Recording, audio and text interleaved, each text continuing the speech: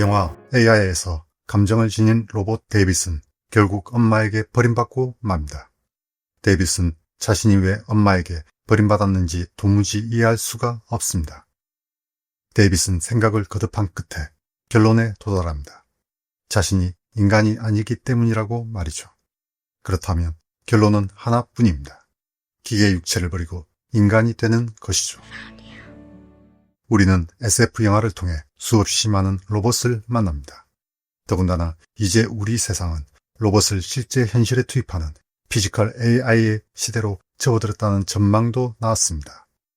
보스턴 다이내믹스의 아틀라스는 2028년부터 현장에 투입될 예정이며 테슬라가 만든 옵티머스 역시 양산체제에 돌입했다는 소식도 들립니다. 이처럼 현실에 등장한 인간형 로봇과 달리 인간의 상상력을 자극하는 것은 보다 인간에 가까우며 더러는 인간보다 더 인간답지만 때로는 등골이 오싹하게 할 소름 끼치는 로봇이죠. 인간의 이성을 한계까지 몰아붙여 영상으로 만들어낸 영화 속 로봇은 인간의 인지를 넘어서기도 하며 또 다르게는 인간보다 더 인간적이기도 합니다. 이처럼 상상력을 극대화해 만들어낸 로봇은 영화를 보는 관객에게 여전히 미래에 대한 낙관과 공포를 동시에 제시하고 있기도 합니다.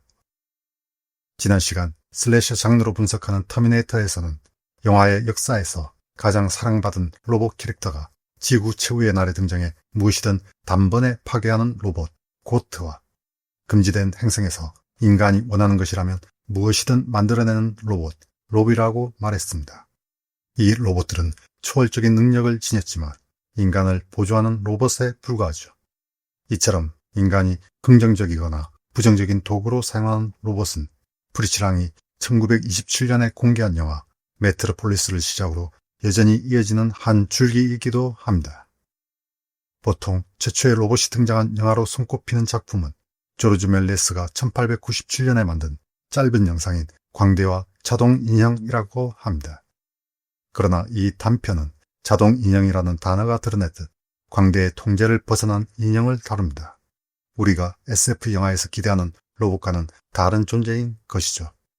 또한 몇몇 기사에서 1907년에 공개한 미국 최초의 로봇 영화로 언급하는 기계 인형은 춤추는 자동 인형을 다룬 단편 영화 살아있는 인형으로 1908년에 공개한 이 영상 역시 우리가 기대하는 로봇과는 다릅니다. 이보다는 같은 해 영국에서 만든 장난감 나라의 꿈에서 거리를 누비는 자동 인형이 오늘날 우리가 생각하는 로봇에 더 가까울 뿐더러 거리에서 축제를 벌이는 자동 인형들의 모습은 스필버그의 영화 AI의 원형을 보여주고 있기도 합니다.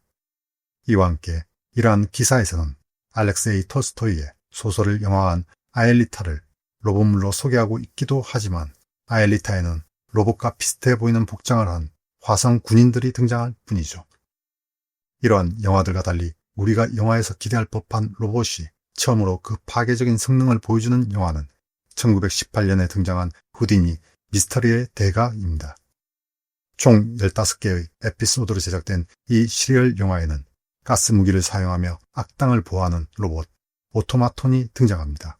또한 1921년 영화 기계인간에서는 최초로 2대의 로봇이 결투하는 장면이 등장하기도 하죠. 그리고 이러한 변화의 토대 위에서 등장한 로봇이 SF 영화의 걸작 메트로폴리스에서 묘사한 로봇 퓨트라이기도 합니다. 그러나 이처럼 인간이 도구로 사용하는 로봇은 인간의 상상력이 만들어내는 극한의 두려움을 내놓지는 못합니다. 그렇기에 시대가 변함에 따라 단순한 기계장치였던 로봇을 그려내는 방식도 변화해 갑니다.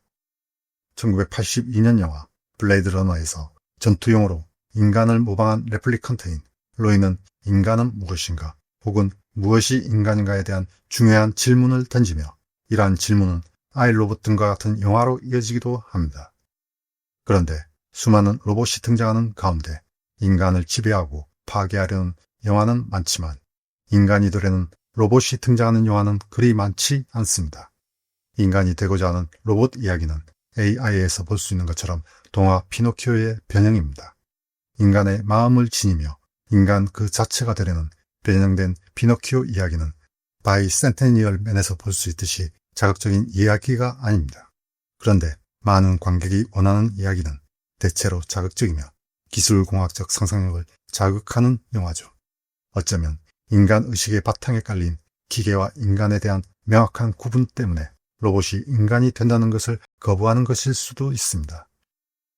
하지만 인간이 되고자 하는 로봇이 모두 울림있는 이야기를 다루는 것은 아닙니다. 로봇이 인간으로 변한다는 얼핏 두려울 수도 있는 이야기는 호러와 결합한 SF 장르에 잘 어울리기 때문이죠. 여기에 인간을 꿈꾸는 로봇이 등장하는 이야기를 대표할 두 편의 영화가 있습니다. 프로테우스4와 세턴3입니다.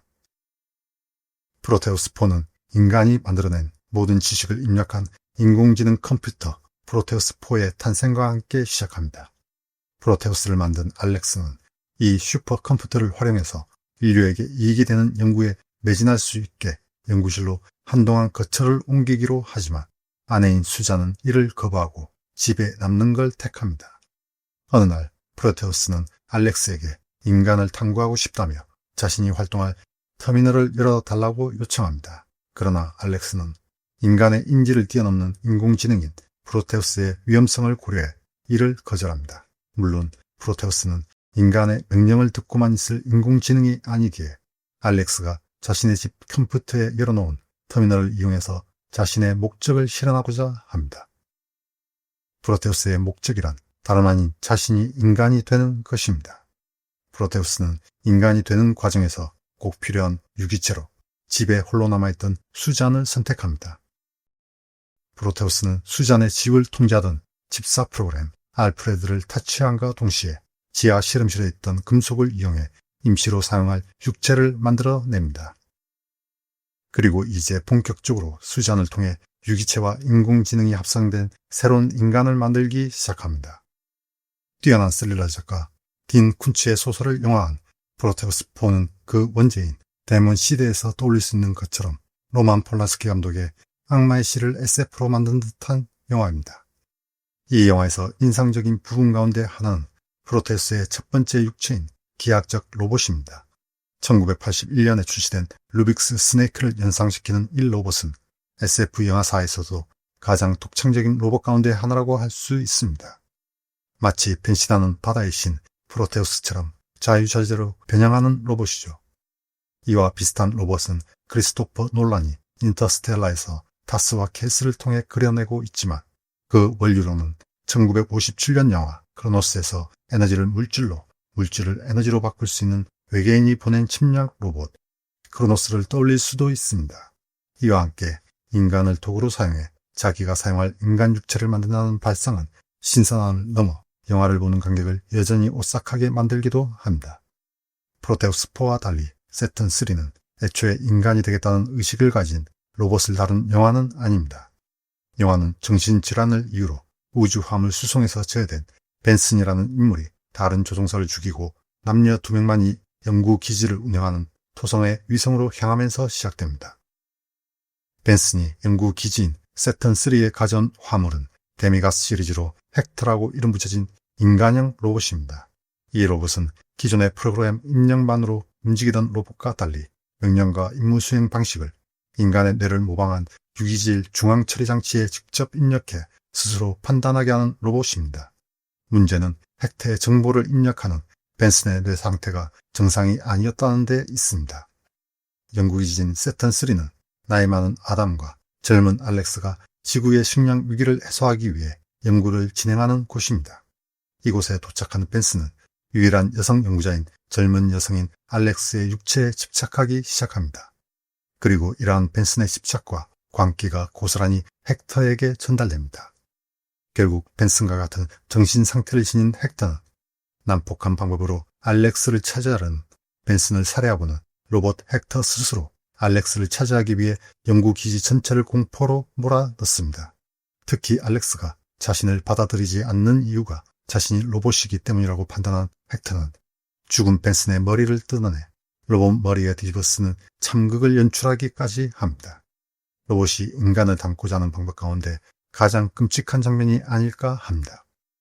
세턴3는 고전 SF 영화의 걸작 금단의 행성을 호러 버전으로 변형한 영화이며 사일런트 러닝도 참고하고 있습니다. 세턴3에서는 사일런트 러닝의 측량 연구와 주인공의 광기를 참고하고 있으며 금단의 행성에서 박사 일행이 이드라고 불리는 괴물을 피해 도망쳐간 연구실을 괴물이 뚫고 들어오는 장면이 세턴3에서도 똑같이 재현되기도 합니다. 물론 세턴3가 금단의 행성에 비할 정도로 잘 만든 영화인 건 아닙니다. 하지만 로봇 영화의 호러 버전에서 헥터만큼 관객을 두렵게 하는 로봇은 그리 많지 않습니다. 엑스맨 데이 오브 퓨처 패스트의 센티널이 무시무시하긴 했지만 오히려 이보다 우리를 더 두렵게 하는 건 헥터의 현실 버전이라고 할 수 있는 단편 영화 배드 로봇의 블링키처럼 친근하거나 인간을 이롭게 하기 위한 로봇이 갑자기 인간을 해치려 할 때입니다. 일상이 공포로 뒤바뀌는 순간이지요. SF 영화에는 로봇 혹은 인공지능이 진정 무시무시하게 등장하는 경우가 종종 있습니다. 스탠리 큐브릭의 걸작 2001년 스페이스 오디세이의 할 9천의 무자비한 판단력이 그랬고 명불허전인 터미네이터에서 보여준 T-800의 집요한 추격 역시 무시무시합니다.